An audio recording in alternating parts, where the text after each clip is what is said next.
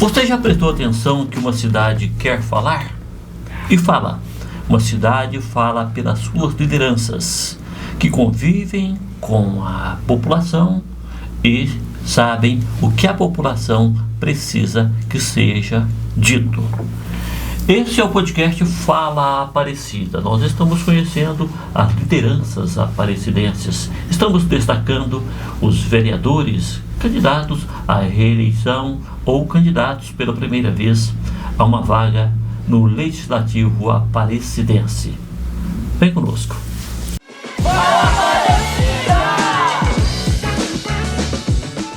Nesta edição do podcast, nós vamos conhecer um pouco mais do vereador Marcelo da Saúde. Ele cumpre o seu primeiro mandato em Aparecida de Goiânia. Até chegar a ser vereador, trilhou um caminho por muitos quilômetros. O Marcelo foi um verdadeiro andarilho a partir da infância e é ele quem vai contar isso pra gente. Marcelo, como é que foi até chegar em Aparecida?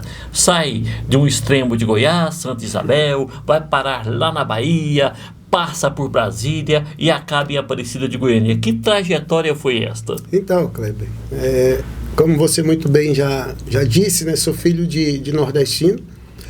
Os meus pais migraram da cidade de Santa Maria da Vitória e foi trabalhar no interior de Goiás, especificamente na cidade de Santa Isabel. E retornamos para a cidade de Santa Maria da Vitória. Eu tinha aproximadamente 13 anos de idade, ali fiquei até os meus 20 anos de idade. Voltei, vim, passei uma temporada em Brasília, retornei para o interior da Bahia, depois vim para Goiânia. Morei uns dias também em Goianésia e depois vim parar na cidade de Aparecida de Goiânia, especificamente no ano de 92. Como é que foi? Você veio para Aparecida, por quê? Como você chegou aqui? Foi morar onde e por quê? Aparecida de Goiânia, nós fomos visitar uma tia minha. E chegando em Aparecida de Goiânia, especificamente no setor Independência Mansões, onde estava ali recém, digamos assim, inaugurado aquele setor, foi uma invasão, né, dentre muitas que na época estiveram em Aparecida de Goiânia, e acabou que surgiu a oportunidade dos meus pais, juntamente com a minha pessoa, adquirir ali um lote, onde estamos até hoje, já há quase 30 anos. Naquela época o dinheiro era pouco, dava para comprar um lote ali só?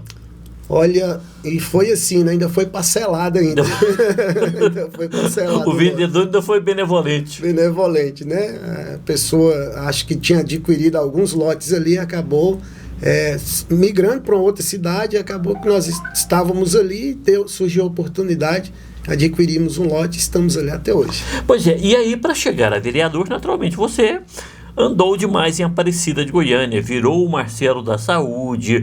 Quando foi que você descobriu? Bom, eu tenho aqui comigo a índole de político, eu quero ser um representante deste povo. Como é que foi? Eu sempre gostei da política, né? Acompanhava o saudoso Ulisses Guimarães, né? Leonel Brizola. E eu povo bom, hein, rapaz? Você bom. Lembrou de um povo bom aí, Ulisses, Leonel históricos, Brizola, né? Então, assim, o próprio Maluf também, em São Paulo, que era uma pessoa assim, que gostava de atender a necessidade, os anseios da população, principalmente no que se tange a moradia.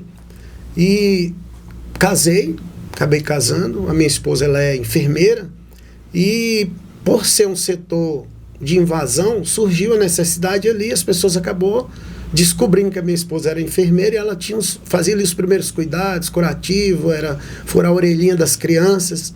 E teve a oportunidade, eu trabalhei também na empresa Suave Fragrância, bem próximo à Unifam, por onde passei por 13 anos. Entrei ali como auxiliar de pedreiro, por incrível que pareça, 2 dias antes da queda do World Trade Center.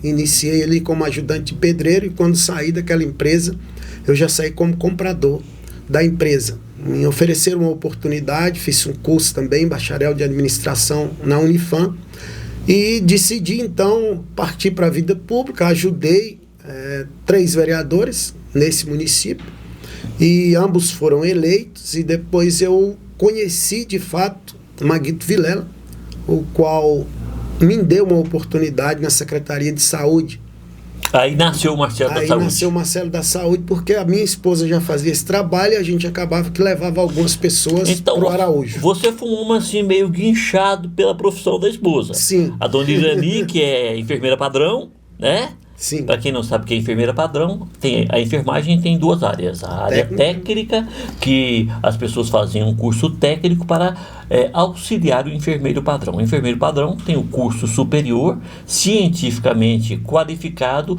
como cuidador e supervisor de cuidados hospitalares e imediatos para os seres humanos. Aí a dona Irani... Resumindo, é isso aí. A dona Irani era enfermeira, prestava assistência lá no Independência Mansões. Independência Mansões Aí, e região, né? E acabou que eu ia junto e viramos assistencialista. E isso ela faz até hoje. E nós temos um trabalho há mais de 25 anos, onde nós, hoje, eu e a minha esposa, principalmente até hoje, eu ainda acompanho algumas pessoas no Araújo Jorge. Recentemente nós acompanhamos uma pessoa, ela foi diagnosticada ainda bem jovem, uma pessoa de 28 anos com um câncer, larcoma. Esse câncer ele é muito agressivo, ainda não tem cura e infelizmente a pessoa não consegue sobreviver 180 dias. Perdemos uma jovem e, por incrível que pareça, semana passada uma outra pessoa me procurou com esse mesmo câncer. E aí, como é que fica o seu lado interior quando você descobre que o diagnóstico é esse? Kleber, é muito triste porque, assim, já foram inúmeras pessoas.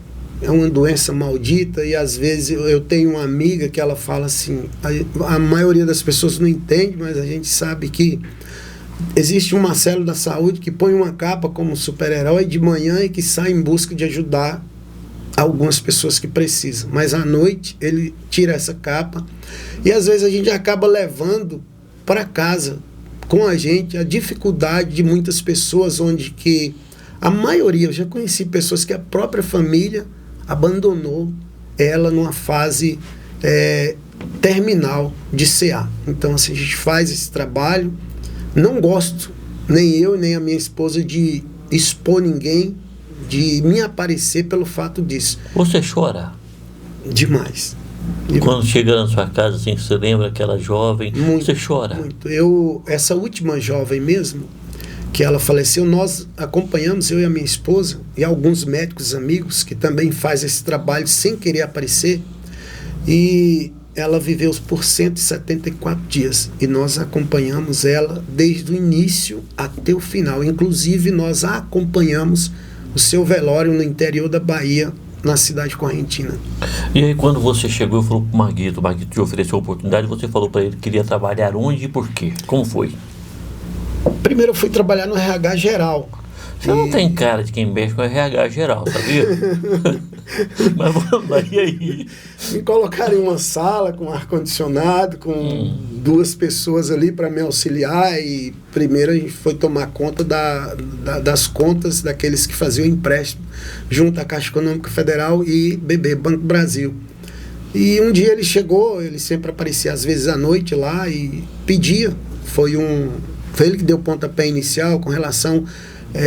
e o Maguito deu sequência, até hoje o prefeito Vilmar também faz isso com relação ao pagamento, ser dia 30 do mês. E às vezes ele chegava à noite lá e falava...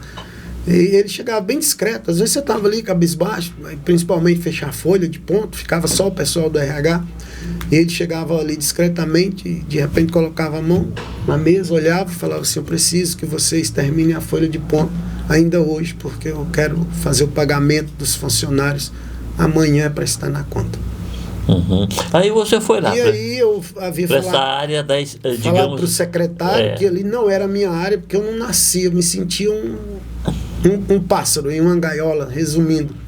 Depois passei para o atendimento na frente, depois surgiu a oportunidade para mim ir para o PROREG, que é o DRCA, Diretoria, Controle e Avaliação. Especificamente fui trabalhar lá.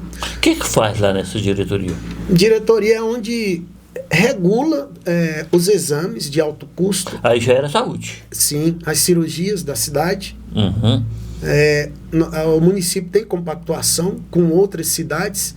Aí fui trabalhar no TFD, tratamento fora de domicílio, onde tem muitas pessoas do nosso município que são assistidas em São Paulo, Barretos. Também pode sair a vaga para o Rio de Janeiro, Maranhão, São Luís, são pessoas que são transplantadas. Uhum. Então, você monta um processo, a União entra com X, o Estado com X e o município com X. Então, esse departamento exclusivamente cuida de pessoas que estão numa fila de espera aguardando um transplante. Como é que é esperar um transplante? Como é que as pessoas se sentem? É uma verdadeira angústia, onde de fato eu também sofria, porque você acostuma com os pacientes e elas Morreu têm alguém que você conhecia esperando? Várias pessoas. Tem pessoas que saíram de Aparecida, digamos assim, você é médico, me acompanha, eu estou numa fila de espera,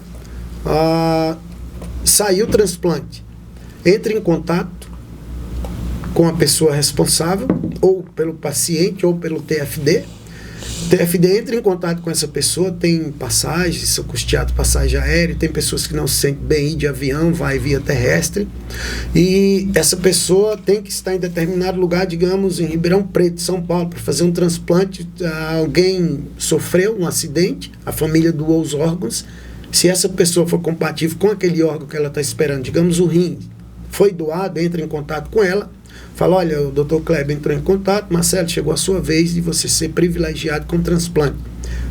Assisti pessoas que ficaram esperando por 2, 3 anos, e quando infelizmente saiu o transplante, ela faleceu na mesa de cirurgia. E aí o que a gente sente? Aquela pessoa que está perto sente? Sente uma angústia de uma perda, porque você acaba acostumando com o paciente. Você acaba vivenciando a dor do paciente, você acaba vivenciando a expectativa do paciente querer uma vida, e a esperança dele está no transplante. Depois, aí eu sou obrigado, você falou uma palavra, e eu sou obrigado a tocar, pedir uma conceituação sua. Você conviveu e convive ainda na sua atividade parlamentar, é uma opção sua, né, com pessoas no limite entre a vida e a morte, né? O que é a vida para você? A vida é o ser humano. É o outro.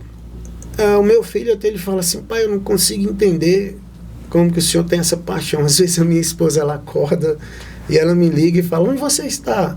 Eu estou em algum lugar tentando ajudar alguém. Nós A vida é o outro. A vida, para mim, é o outro. A vida é você se colocar no lugar do outro, é você se compadecer do que o outro está passando. E eu me sinto bem em fazer isso, me colocar no lugar do outro. Ser vereador te ajudou nisso? Muito, muito. E aí é onde entra uma história. Como? Um médico, já falecido, não vou citar o nome, trabalhei com ele no ProReg, ele era um médico regulador, e eu ajudei esses vereadores, e infelizmente não fizeram nada por mim. Digo isso que não fizeram nada, e ele chegou e falou, Marcelão, eu acho que chegou a sua hora. Eu falei, olha, doutor, acho que não é a minha área. Ele falou assim, isso é candidatura? Área. Sim. Ah, sim. No que se tange é uma candidatura.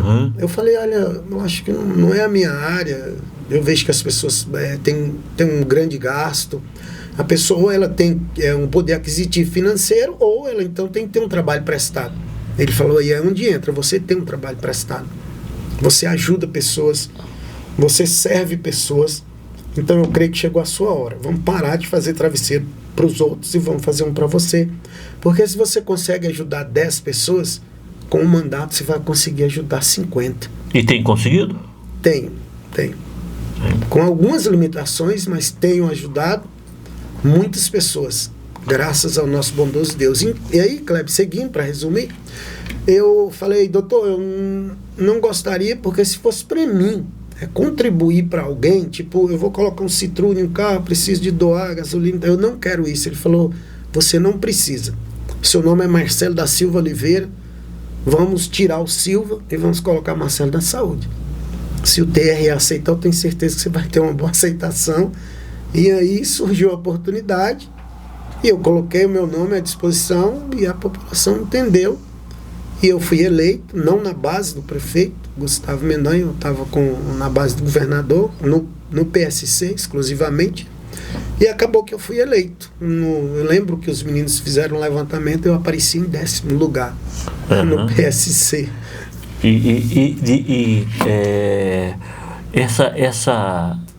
ligação do parlamentar com a saúde te dá a oportunidade de ver, por exemplo, outras necessidades da região do Independência Mansões, onde você reside? Não só no Independência Mansões, mas no que se tange a cidade de Aparecida inteira, né? Quais são essas necessidades, Marcelo?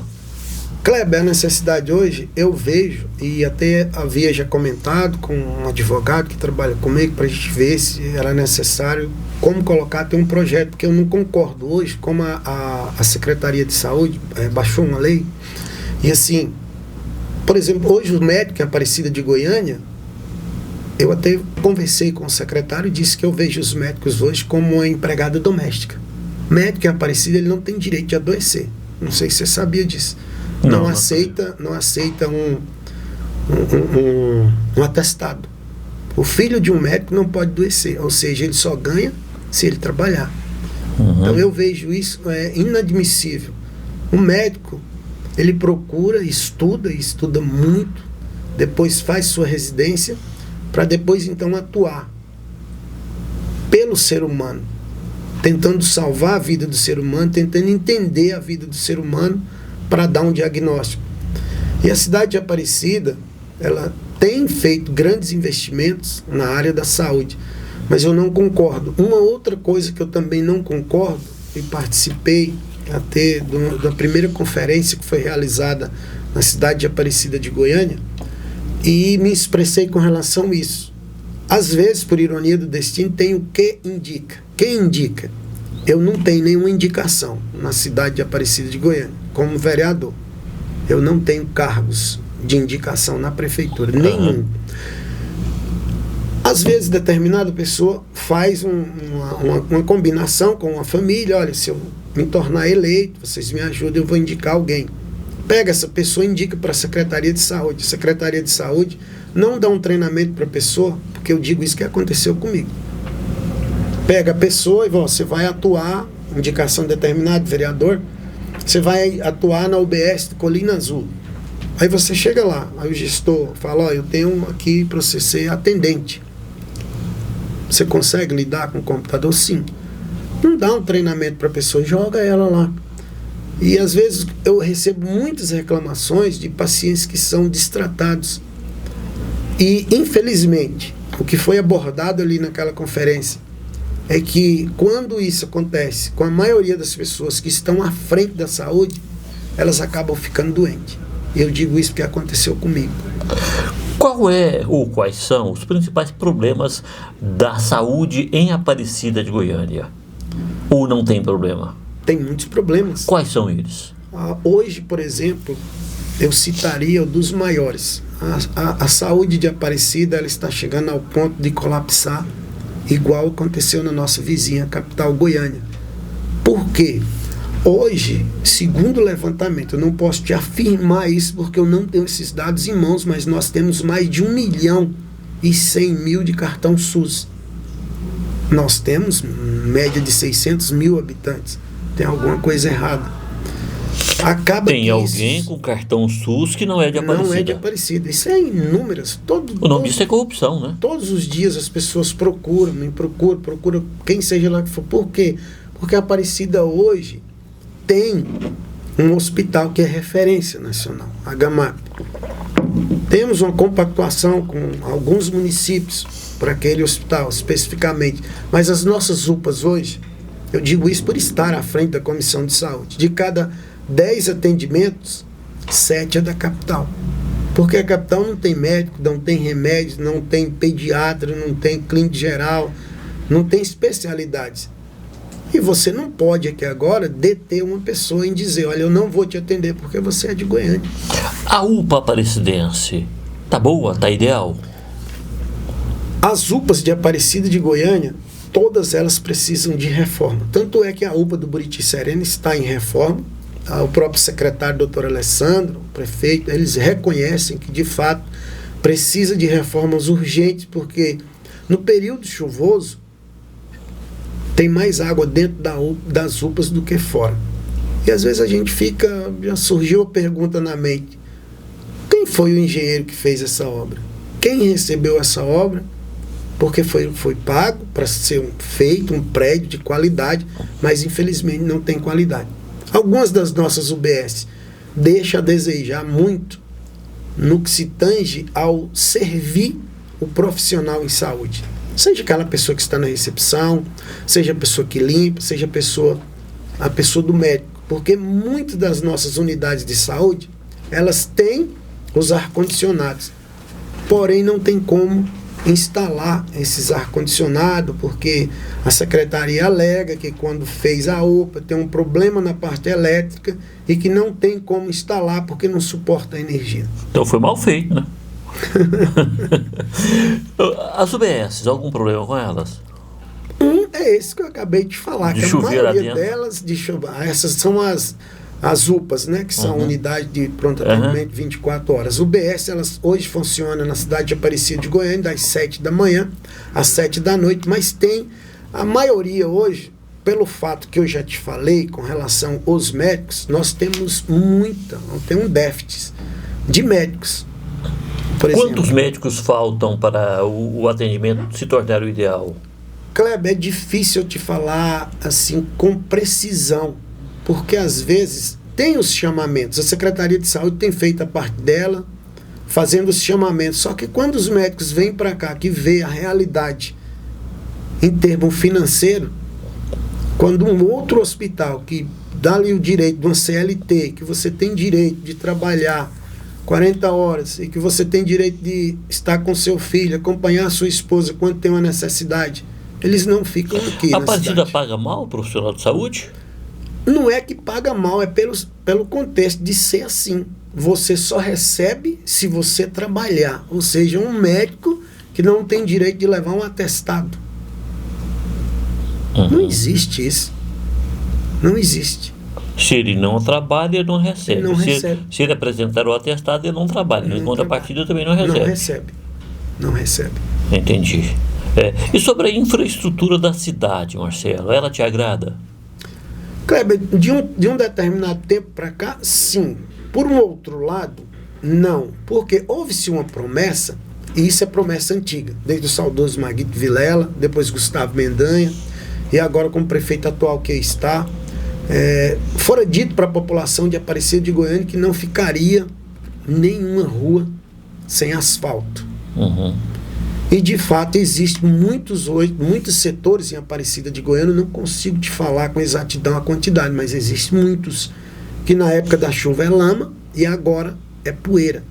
E muitos desses setores até foram lançadas obras, porém inicia, faz algumas ruas, pavimenta e retira-se as máquinas. Por que as obras em Aparecida demoram tanto?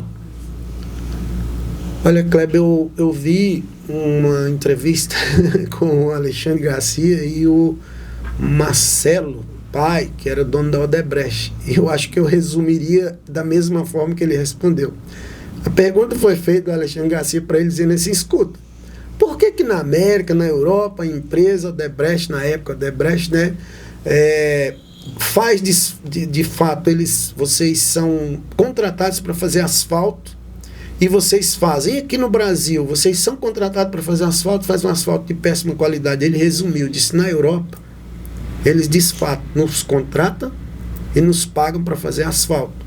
Aqui, eles nos contratam, mas não nos pagam, então nós fingimos que fazemos asfalto. Parece que é isso, porque tem-se uma licitação, tem um portal da transparência, e a gente não vê essa transparência em Aparecida de Goiânia, infelizmente. Que tipo de consideração ou de definição o Marcelo da Saúde, ex-aluno da Universidade do Professor Alcides, o Marcelo da Saúde que milita nessa área, tem sobre o professor Alcides? Como você definiria essa liderança? Eu defino o professor Alcides hoje, Kleber, como um homem de um bom coração. A Bíblia, ela tem vários personagens bíblicos, mas em um específico eu gosto da história dele, que é a história de Jó. E a história bíblica diz que Jó era um homem do Oriente, o mais rico daquela época, e que ninguém visitava a casa de Jó e sairia dali de mãos vazias. Eu vejo isso na pessoa do professor Alcides. É a primeira vez que eu estou próximo do professor Alcides, porque eu vi na pessoa do professor Alcides e vejo isso já presenciei inúmeras pessoas em vir até o professor Alcides, procurar no professor Alcides e ver nele uma esperança. E ele não sai sem essa esperança. Vejo isso na pessoa do professor Alcides, que pode, de fato, quando a gente olha e vê a história do professor Alcides, como ele iniciou a Unifam. E o que é a Unifam hoje? É um gestor, né? Um gestor extraordinário. É um gestor. Você já é vereador, está aí nesse pleito pela reeleição. Você quer continuar sendo vereador por quê? Porque eu descobri que dá para ajudar pessoas. Que o que aquele médico me falou lá atrás, que se eu ajudava 10 pessoas, eu com um mandato, eu poderia ajudar 50 pessoas. E graças a Deus, se primeiro Deus vê que eu mereço a oportunidade de continuar e a população aparecidense entender assim, eu não quero mudar. Por exemplo, eu não mudei da minha casa. Está lá no Independência Mansões. Independência Mansões. Chegou lá na região de Posse Urbana. De Posse Urbana. E o Marcelo continua vivendo lá. Continuei lá, estou lá, foi o lugar que eu escolhi para ali ter a minha família e não pretendo sair. E pretendo cada dia mais me colocar no lugar do outro, procurar entender o outro, sentir a dor do outro e dividir a dor do outro. Você se referiu a Dona Irani, né, que é verdadeiramente a Dona Irani da saúde, né, enfermeira padrão, ela né, com quem você se casou, tem 2 filhos? Tem 2 filhos, Felipe Alves de Oliveira, 23 anos, concluiu a faculdade de Direito, apresentou o TCC dele ontem, aqui na faculdade Unifam. Tem uma garota de 17 anos, Caeline Alves de Oliveira, está concluindo agora o 3º ano no ensino fundamental na escola NADEAS, ali no Pontal Sul, na escola militar.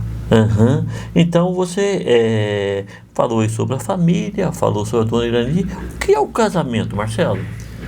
O casamento é uma união entre 2 pessoas, o casamento é um respeito, o casamento é você olhar para trás, igual às vezes eu pego na mão dela, a gente olha para trás e nós podemos ver a nossa caminhada juntos, o que nós conseguimos juntos, e iremos andar juntos, porque nós gostamos de fazer as coisas juntos. Pois é, quem anda para frente.